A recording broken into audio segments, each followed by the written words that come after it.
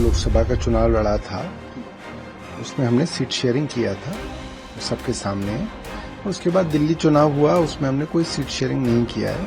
हम लोग अपोजिशन के जितने भी मुद्दे हैं उसको उठाते हैं। हमारे संजय सिंह जी जो है अपोजिशन की मुखर आवाज हैं और अपोजिशन की तमाम पार्टियां, चाहे तृणमूल कांग्रेस हो, चाहे समाजवादी पार्टी हो, चाहे अलग अलग पार्टियां हों, उनके साथ हमारा समन्वय रहता है कि उनका कोई मंशा इंडिया अलायंस, कोई बीजेपी के खिलाफ या बीजेपी के खिलाफ कोई गठबंधन को समर्थन देने का नहीं है। वो बीजेपी की बी टीम रही है, हम हमेशा इसको कहते रहे हैं। इन पे केस होने लगे तो ऐसा लगा कि जैसे कुछ वो जो दो सौतेले भाइयों के बीच में कुछ झगड़ा हो गया होगा आपस में, चुनाव खत्म हो गए, उस चीज़ की अब जरूरत नहीं पड़ी तो इनको लगता होगा, या फिर कुछ अंडरस्टैंडिंग हो गई होगी बीजेपी से।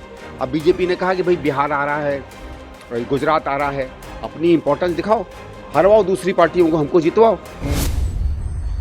जो लोकसभा का चुनाव लड़ा था उसमें हमने सीट शेयरिंग किया था सबके सामने। उसके बाद दिल्ली चुनाव हुआ, उसमें हमने कोई सीट शेयरिंग नहीं किया है। और अभी फिलहाल जो है हम लोग अपोजिशन के जितने भी मुद्दे हैं उसको उठाते हैं। हमारे संजय सिंह जी जो है अपोजिशन की मुखर आवाज हैं और अपोजिशन की तमाम पार्टियां, चाहे तृणमूल कांग्रेस हो, चाहे समाजवादी पार्टी हो, चाहे अलग अलग पार्टियां हों, उनके साथ हमारा समन्वय रहता है। मगर हम इंडिया गठबंधन में जो है वो नहीं।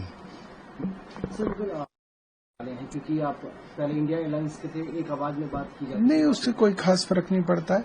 हमारी सब जो है दल जो है, मैंने बताया जैसे ममता बनर्जी का दल है, स्टैलिन साहब हैं तमिलनाडु में, फिर सोरेन साहब हैं झारखंड के अंदर, तमाम जितने भी अपोजिशन पार्टियां हैं उनसे हमारा बड़ा अच्छा जो है कोऑर्डिनेशन रहता है और उनके साथ विपक्ष की आवाज हमेशा उठाई जाती है। हाँ, हम इंडिया गठबंधन में जो है कांग्रेस के अधीन जो है, जो इंडिया गठबंधन है उसमें नहीं है।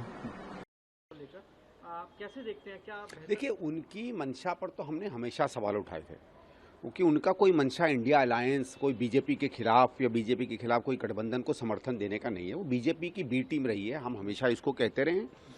और उस समय क्या हुआ था, इन पे केस होने लगे तो ऐसा लगा कि जैसे कुछ जो दो सौतेले भाइयों के बीच में कुछ झगड़ा हो गया होगा आपस में, इनको लग रहा था कि मुझे और विपक्षी दलों का समर्थन चाहिए होगा, नहीं तो लंबा जेल डाल देंगे। चुनाव खत्म हो गए, उस चीज़ की अब जरूरत नहीं पड़ी तो इनको लगता होगा, या फिर कुछ अंडरस्टैंडिंग हो गई होगी बीजेपी से। अब बीजेपी ने कहा कि भाई बिहार आ रहा है, गुजरात आ रहा है, अपनी इंपॉर्टेंस दिखाओ, हरवाओ दूसरी पार्टियों को, हमको जितवाओ। तो वो अपने पुराने काम में लग गए हैं। तो इसलिए इन्होंने इंडिया गठबंधन तो कन्वीनियंस के लिए ज्वाइन किया था, और अपना असली मकसद जो उनका है, जिसमें थोड़ा बहुत सत्ता भोगना, सत्ता के साथ थोड़े लक्ष्मी जी के सेवक और उनकी पूजा ये लोग को ज़रूरत से ज़्यादा करते हैं।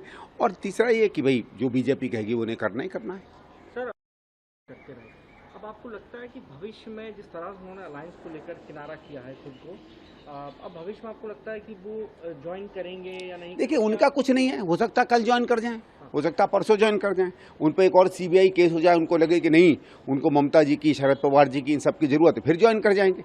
दिक्कत हमारे यहाँ ये है कि आदरणीय ममता जी हैं, शरद पवार जी हैं, शिवसेना के लोग हैं, ये लोग उसको पहचान नहीं पाते हैं, ये दिक्कत है। हम लोग तो पहले से जानते हैं उनको, लेकिन ये लोग नहीं पहचानते, क्योंकि इनसे सीधे सीधे उस आदमी का टकराव नहीं होता है।